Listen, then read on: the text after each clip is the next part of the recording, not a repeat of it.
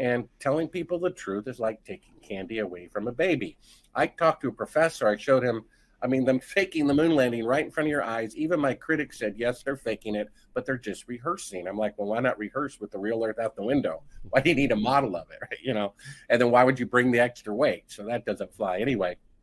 And so it's like this professor saw that. He saw the intersecting shadows, knows of the confession. He says, there's nothing you could say that would make me deny the glorious moon landings. And I said, well, what about this? What if you turned on your TV and Buzz Aldrin was holding a live press conference, tearfully confessing, yes, he faked it. It was shot at Cannon Air Force Base, and I'm so sorry. The professor of this university said, I still think he walked on the moon. And so the problem is, the problem for the American government is even though the faking of the moon landing killed fewer people than even the Kennedy assassination witness list, certainly less than 9/11 and the fake Vietnam War, it's the one fraud, if exposed, would enrage people the most, because they waved their flag, they got down on their knees and prayed, and they cheered, and it's in the encyclopedia and on coins, That's why they're very afraid that the moon landing fraud will come out. It'll be the finger out of the dike for everything else, because it's kind of odd that a few top podcasts won't talk about it. Alex Jones, Joe Rogan won't talk about it. Joe Rogan called me up, said, I believe the moon landings are fake. What can I do to help? And now the guy's afraid to talk about it on his show. It's kind of odd. Prove me wrong, especially with the deathbed confession, the guy who was there and backed up by his son, backed up by other people who were on the list that President Johnson gave. We can verify all of this. And why is this not news, right? It came out, 10 years ago, some curator in the Netherlands who, Neil Armstrong, allegedly picked up a particular rock just for the prime minister of the Netherlands, put it in his pocket, brought it to the Netherlands 6 weeks later and said, here's the rock. They put it in glass. Well, the curator watched a funny thing happen on the way to the moon. And he's like, I wonder. So late at night, he opened it up and put it under a microscope. And it's a piece of petrified wood, because it looks out of this world, right?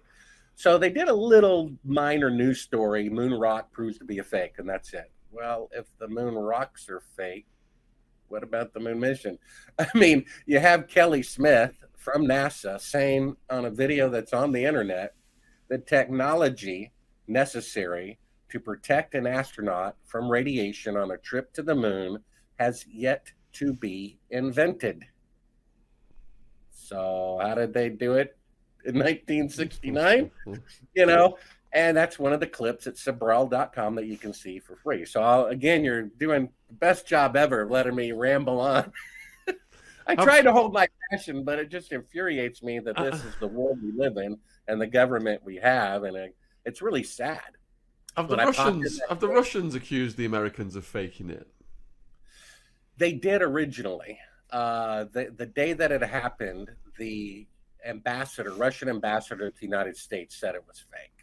And then they did some, deal.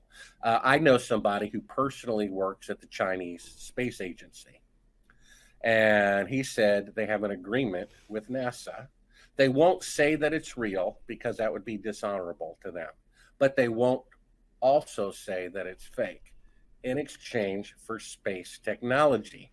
So this idea that China is our enemy while we're sending them technology to fly into space, which is the most technologically advanced thing there is, that's all a lie. We do more business with China than anybody else. They're not our enemy. They're our competitor, and there's nothing wrong with wanting to win in a competition. They have to divert our attention. All of our founding fathers who took an oath, and everyone in the military and every police officer in America takes an oath to obey the Constitution, not the president, and to protect America against all enemies, foreign and domestic. So just like a magician, they say, they put their hand over here while they're doing something behind their back. They keep saying the boogeyman is in China, the boogeyman is in Russia, the boogeyman is in Iran, when they're the boogeyman. You know what I mean? When you have to ask permission to open your business, permission to go to church, permission to go to the beach, you're a slave. You know, they say we have the best health care in the world, and 70% of the population is on prescription medicine. So that means 70% of the population is sick. That's the worst health care in the world.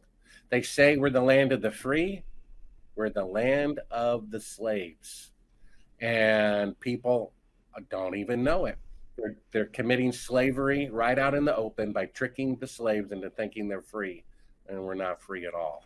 You had a few questions come in from the viewers then. So Fred wants to know whether you've heard of the Coke tin story. The alleged Coke bottle, rolling across the TV screen, that could be true. There are many people who said they saw it. Bill Casey believes that I got this classified footage intentionally from a whistleblower. I did have a couple of contacts there at NASA. One was an executive who told me personally that it was fake. So maybe he or somebody, sent me that. Maybe they threw that across the Coke bottle during a live show. I remember somebody telling me, and they were in the military, and they were watching the, quote, last mission to the moon live on TV. The rocket goes up, meaning they're leaving the moon, and then there's a shadow of a person walking around, and then they cut it out, and Walter Cronkite says, oh, what a great thing. He tries to cover for her. Mm-hmm. And, it is what it is. And here's another proof, really. I mean, if you use deductive reasoning, they intentionally destroyed all the technology they used to go to the moon, which in today's dollars cost $200 billion. One of the clips for free at Sibrel.com is Don Pettit, NASA astronaut, saying they intentionally destroyed the technology they used to go to the moon. Now, if there was ever a technology you were intentionally destroying, it would have to be the atomic bomb after they used it in World War II.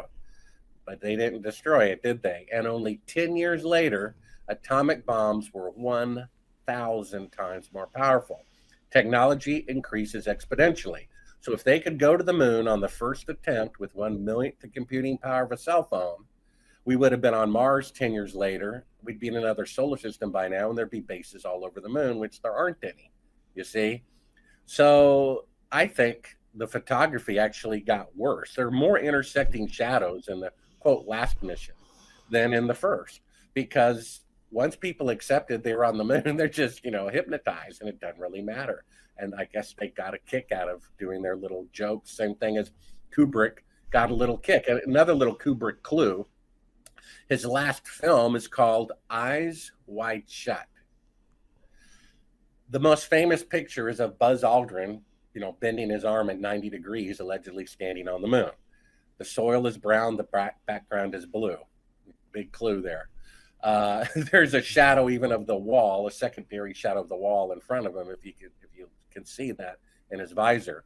And then the spacesuits, from space walking shuttle astronauts have hinges in the elbows because you can't bend your arm in a pressurized suit. So how was he able to bend his arm? And then the wrinkles all in the spacesuit. Well, how many wrinkles are in a balloon? The thing isn't even pressurized. So, for 10 years, I looked right at all these clues and just didn't see them. My eyes were wide shut. Well, Kubrick insisted contractually with Warner Brothers that film, his last film, and he died before it opened. He had his deathbed wish. He said, I insist it open on this particular day, and if you don't agree, I won't sign the contract. That is July 16th, 1999, the 30th anniversary of the trip to the moon. Right?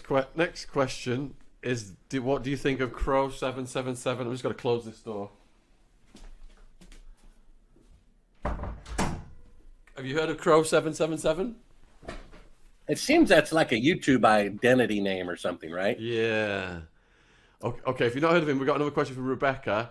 Does Bart know anything more general about the collusion between the film industry and the military-industrial complex? Oh, the definite collusion. I think it started in World War II for, propaganda purposes.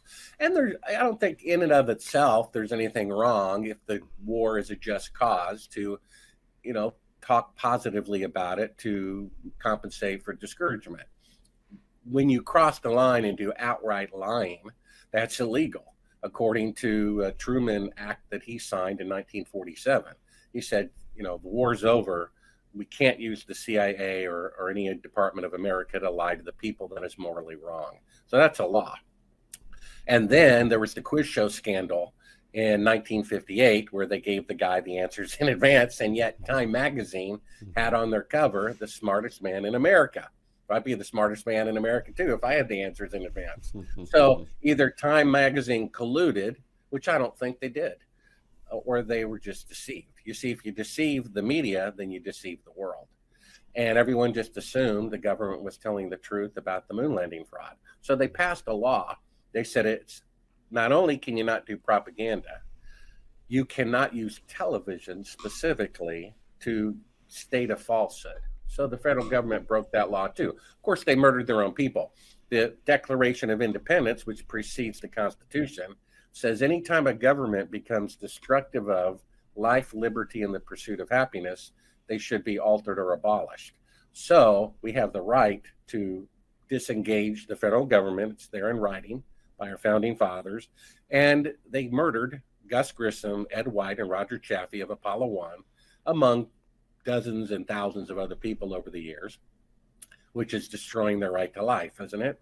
Our own government murdered their own people to cover up their crimes, and these people are still in power today.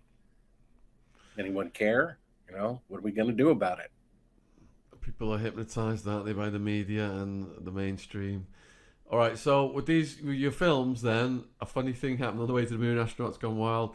Your book, Moonman, the true story of a filmmaker on the CIA hit list. Do you think any of this stuff has put your life at risk? Have you had threats, Bart?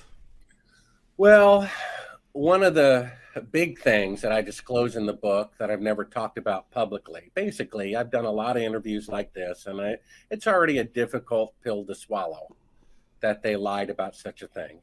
It's true. So that's the primary goal in the past, is just to, you know, help people see this unfortunate thing.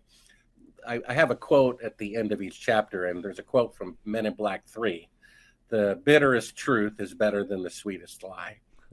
And other things happened during the production of this film, including literally being kidnapped and drugged by the CIA when I was trying to get this classified footage to a colleague at CNN in Atlanta. I was literally surrounded by the police, who were probably on the payroll of the CIA. They kidnapped me illegally, not in front of everybody, but in a back alley behind CNN where I was trying to get the tape in the back door. They put something around my wrist that they referred to as the thing. You got the thing? Oh, here's the thing. And they all had gloves on when they handled it. And of course, that's where all my veins are. It was absorbed, and I was like on some big LSD trip. And then they put me in a dark van, had some guy in there speaking in tongues or something to confuse me. I mean, it was pitch black, which takes a little bit of effort. Throwing up, the drug is so severe. They take me out. I'm in bright light. They have a clipboard. Where's the original tape? And where's this and that? And I tell them everything they wanted to know. I mean, you don't have to waterboard anybody unless you're vindictive. You give them a bribe of $1 billion, you know, and Osama bin Laden's mom will turn in one son to take care of the other 9. And you got True Serum. And let me tell you, it works. I was in La La Land. I thought they were the good guys trying to help me. I escaped their custody. I make my way back to Nashville. How did you escape? Well, that's how much time you got. You know, basically, there's a chapter that's called "A Funny Thing Happened on the Way to CNN," and I go into explicit detail of everything that happened. And just go to Sibrel.com, get the book, and you read about it. So jumping toward the end, I come back to Nashville and I say, I got him. I got True Serum in me. So I pee in a cup, and without communicating over the phone or anything, I give it to a friend and I ask him to take it to a lab in his name, not mine. And I'm like, I'm going to prove I was drugged with a drug that only the CIA would have access to. A few days later, he and I meet, and he says, well, there was a problem at the lab. And I said, well, what problem? He said, well, funny thing, they had a break-in over the weekend. And I said, yeah, so what? He said, well, funny thing, the only thing stolen was your urine sample.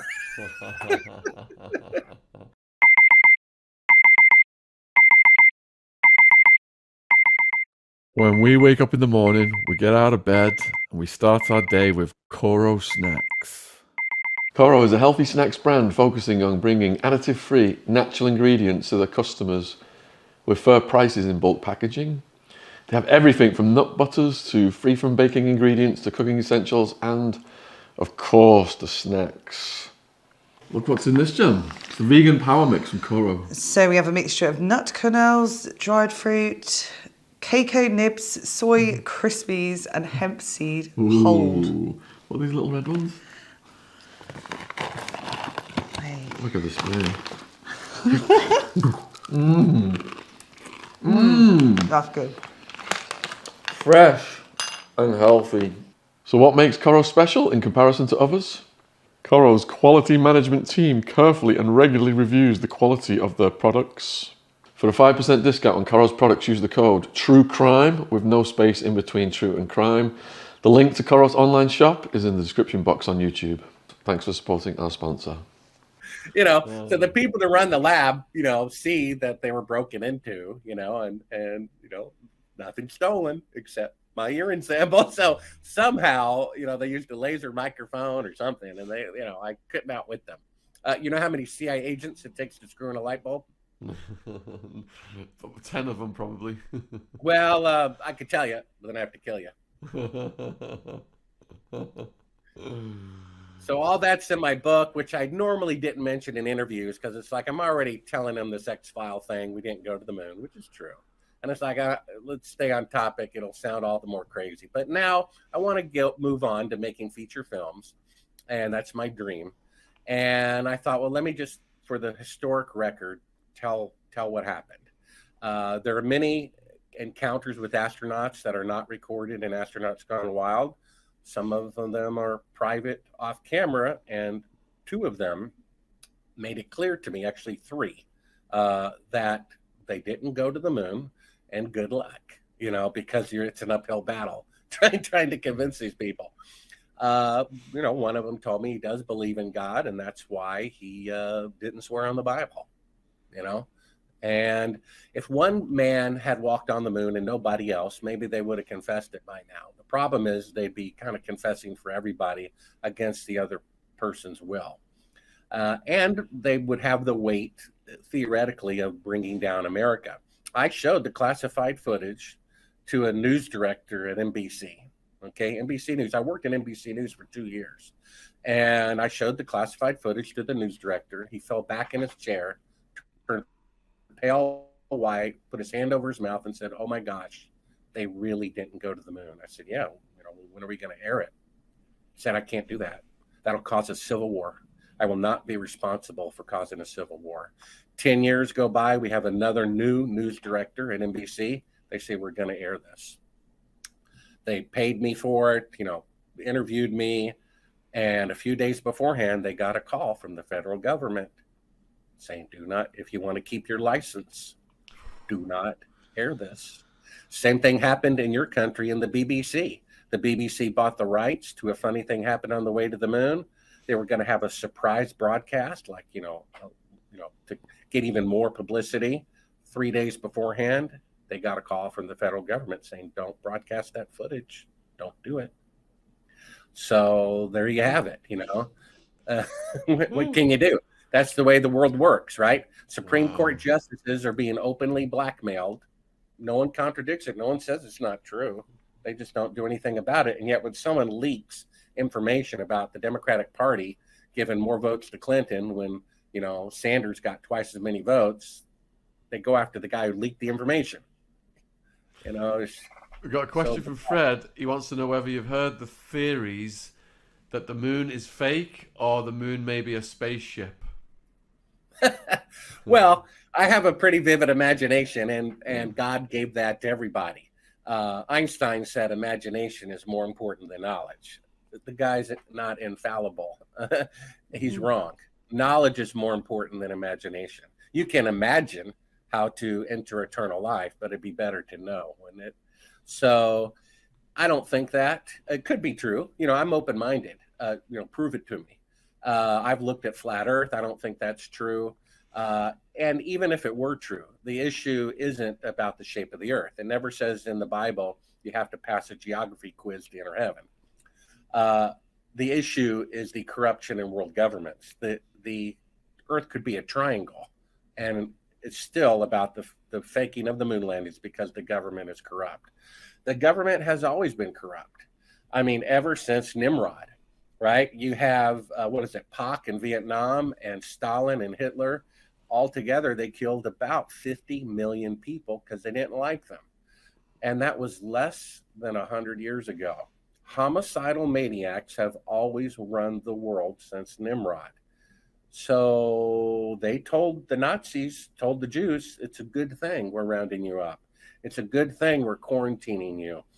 You're going to have jobs and food, and come on into the showers and get cleaned up. They might be doing something like that right now, right? Getting rid of the inferior people. You ever think about that?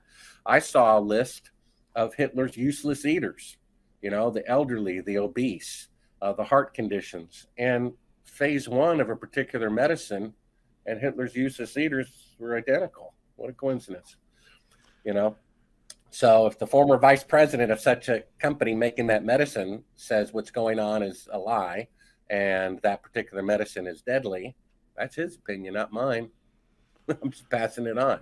Wow. I don't know what you think about that, but it is what it is. The moon landings are fake, and I wish they weren't. I cried when I popped in that tape, Shaun, and I saw, them faking with the 1-foot model of the Earth. I just wept. I'm like, boy, this is sad. This is our world, and this is our country. It's so sad. It means something. It means something spiritually. That mankind's greatest accomplishment, their greatest boast, putting a man on the moon, complete lie. That tells us something. You're such a fantastic and a passionate speaker, Bart, and we really appreciate you spending time with us today. Then, do you want to just tell the viewers finally where they can find you on the socials and get your books? Yeah, everything's at Sibrel, S as in Sam, I, B as in boy, REL, Sibrel.com. It's all there. Huge thank you for coming on. I'd love to see you again sometime. Maybe we could have someone come on who could debate the other side, but you just blown me away with all your knowledge. So I really appreciate you spending time. Thank you, Bart. Sure, Shaun. You take care. Take care, my friend. Cheers. Bye.